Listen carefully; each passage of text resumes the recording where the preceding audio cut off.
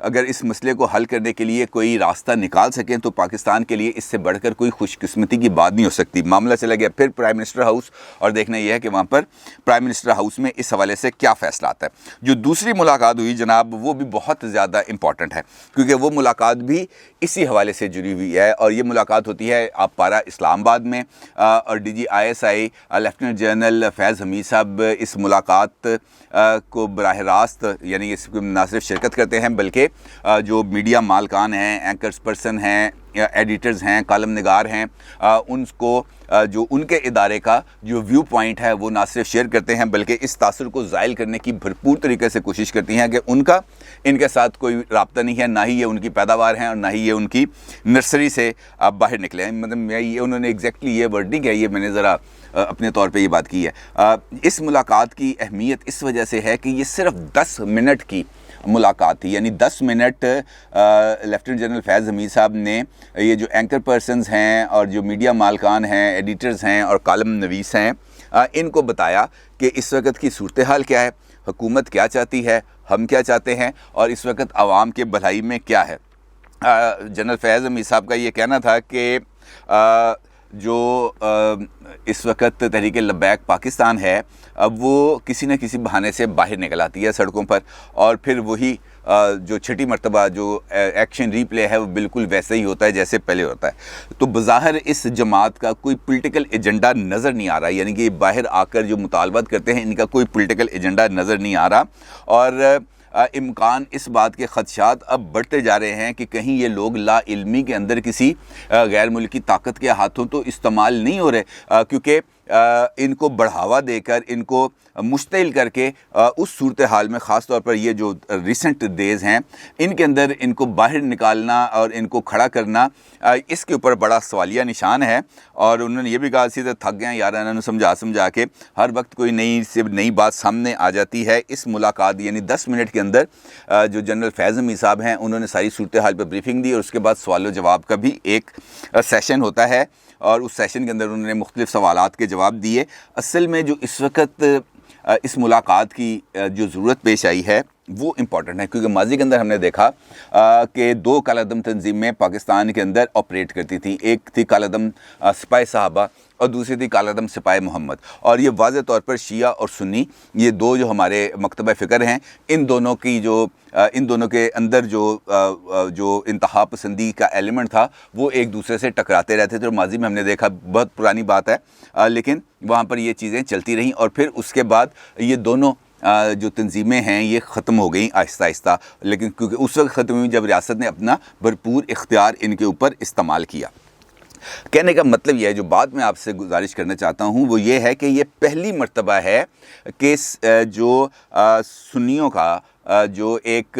سب سے بڑا جسے ہم کہہ سکتے ہیں مکتبہ فکر، وہ ہیں بریلوی۔ پہلی مرتبہ ایسا ہو رہا ہے کہ بریلوی مکتبہ فکر، جن کو بارے میں یہ کہا جاتا ہے کہ یہ بہت زیادہ وائلنٹ نہیں ہیں، یہ بس اپنا کام سے کام رکھتے ہیں اور نمازیں پڑھتے ہیں، روزے رکھتے ہیں، ختم درود نیاز وغیرہ دیتے ہیں، اس کے علاوہ یہ کچھ نہیں کرتے۔ پہلی مرتبہ ایسا ہوا کہ بریلوی مکتبہ فکر اس حد تک وہ باہر آیا ہے کہ اب اسٹیٹ اور بریلوی مکتبہ فکر یہ دونوں ایک دوسرے کے انفیکٹ آمنے سامنے آتے نظر آ رہے ہیں، اور چونکہ یہ سنیوں کا ایک بڑا مکتبہ فکر ہے اور ان کا سامنے آنا اور سامنے آ کر ایک ایسی فضا کریٹ ہو جانا جہاں پر اسٹیٹ کے مد مقابل یہ بات سمجھی جائے، اور اس بات کی باریکی، اس بات کی گہرائی کو آپ سمجھیں کہ ہر ایک، میں بھی سنی ہوں، اور کہنے کا مطلب یہ ہے کہ ہر ایک جگہوں کے اوپر یہ جو بریلوی سنی ہیں یہ موجود ہیں، اور اگر یہ تفریق بڑھتی ہے، اگر یہ لڑائی بڑھتی ہے، اگر اس کو کنٹرول نہیں کیا جاتا، اس تفریق کو ختم نہیں کیا جاتا، تو پاکستان کے خدا نخواستہ گلی گلی محلے میں بڑی ایک عجیب و غریب سچویشن ڈیولپ ہو سکتی ہے، اور اگر یہ سچویشن ڈیولپ ہو جاتی ہے تو اس کے نتائج کسی بھی طور پر اچھے نہیں آ سکتے۔ لہٰذا عقل مندی اور سوجھ بوجھ کا تقاضا یہی ہے کہ جو ارباب اختیار ہیں دونوں فریقین، یعنی تحریک لبیک پاکستان اور ہماری جو اسٹیبلشمنٹ ہے، حکومت ہے، ان سب کو ایک پیج پر آ کر اس مسئلے کا، خاص طور پر ناموس رسالت والے معاملے کا اس کا ایک ونس اینڈ فار آل اس مسئلے کو نہ صرف ایڈریس کرنا چاہیے بلکہ اس پر ایک ایسے سالڈ سٹیپس لینے چاہیے جہاں پر اس جو تحریک لبیک ہے اور ان کے کارکنان کو بھی اس بات کی تسلی ہو. اگرچہ حکومت کا یہ کہنا ہے اور یہ بات درست بھی ہے کہ عمران خان صاحب نے واقعی ہی بہت سارے انٹرنیشنل فورمز پر اس معاملے کو اجاگر کیا, اس کے اندر کوئی دو رائے نہیں. عمران خان صاحب سے مخالفت اپنی جگہ پر, ان پر تنقید ہمارا حق ہے, لیکن جو بات درست ہے وہ بات درست ہے کہ انہوں نے یقیناً اس معاملے کو انٹرنیشنل فورمز پر اٹھایا. اب اکیلا پاکستان اگر دیکھا جائے تو وہ پوری دنیا سے نہیں لڑ سکتا. بات بھی ٹھیک ہے, اگر فرانسیسی سفیر نکل بھی جاتا ہے اس ملک سے تب بھی کیا یہ مسئلہ حل ہوگا؟ کوئی اور ملک کے اندر کسی اور ہالینڈ سے, بیلجیم سے, ڈنمارک سے, کسی بھی ملک سے, کینیڈا سے یہ والا مسئلہ دوبارہ شروع ہو سکتا ہے. تو پھر یہ ایک ایسا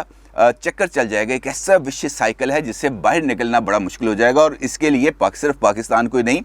بلکہ پوری مسلم امہ کو, پوری مسلم ممالک کی قیادت کو ایک پیج پر نہ صرف آنا چاہیے بلکہ اس معاملے کو ایک انٹرنیشنل کیمپین کے طور پر اجاگر کرنا چاہیے. اور اگر ایسا ہو جاتا ہے تو پھر یقینی طور پر جو یورپی ممالک ہیں ان کے اوپر دباؤ آئے گا, اور جب وہ دباؤ آئے گا تب وہ کچھ نہ کچھ اس حوالے سے اقدامات کریں گے. ادروائز ہم صرف اپنے آپ کو اور اپنے ملک کو ہی بلیڈ کریں گے, اس کے علاوہ اس کا کوئی اور جو راستہ ہے وہ نکالنا بڑا مشکل ہے. صورتحال میں نے آپ کو بتایا کہ آج ملاقاتیں 2 ہوئی ہیں. خاص طور پر جو پہلی ملاقات ہوئی اس ملاقات کے نتائج کا انتظار رہے گا, کیونکہ وہ ملاقات ڈٹرمن کرے گی کہ کل کیا ہوگا. کیونکہ تحریک لبیک کی قیادت نے اپنا جو مظاہرین ہیں, جو لانگ مارچ کے شرکا ہیں, ان کو وزیر آباد میں ہی روکا ہے, ان کو آگے بڑھنے کی اجازت نہیں دی. اب اگر وہ آگے نہیں بڑھتے تو اس کا مطلب یہ ہے کہ ابھی تک حالات پرسکون ہے, کیونکہ یہاں پر کسی کو خام خواہ تو لڑائی جھگڑے کی نوبت نہیں آئے گی. لیکن اگر آگے بڑھتے ہیں, خدا نہ خواستہ یہ جو آج کا یہ جو دور ہے مذاکرات کا, جو رات گئے ہونا ہے, اس کے اندر کوئی پیش رفت نہیں ہوتی ہے. البتہ تحریک لبیک کے ترجمان نے امید ظاہر کی ہے بہت زیادہ کہ جناب یہ مسئلہ حل ہو جائے گا آج کی رات میں ہی, اور کل انشاءاللہ کوئی اچھی خبر ملے گی. اور اگر ایسا ہو جاتا ہے تو یقینی طور پر یہ ہم سب کے لیے ایک خوشی کی بات ہے. لیکن اس معاملے کا کوئی مستقل حل یقینی طور پر تمام مسلمان ممالک کو مل جل کر نکالنا چاہیے. اپنی رائے کا ضرور اظہار کیجیے گا. آپ کا بہت شکریہ. اللہ حافظ.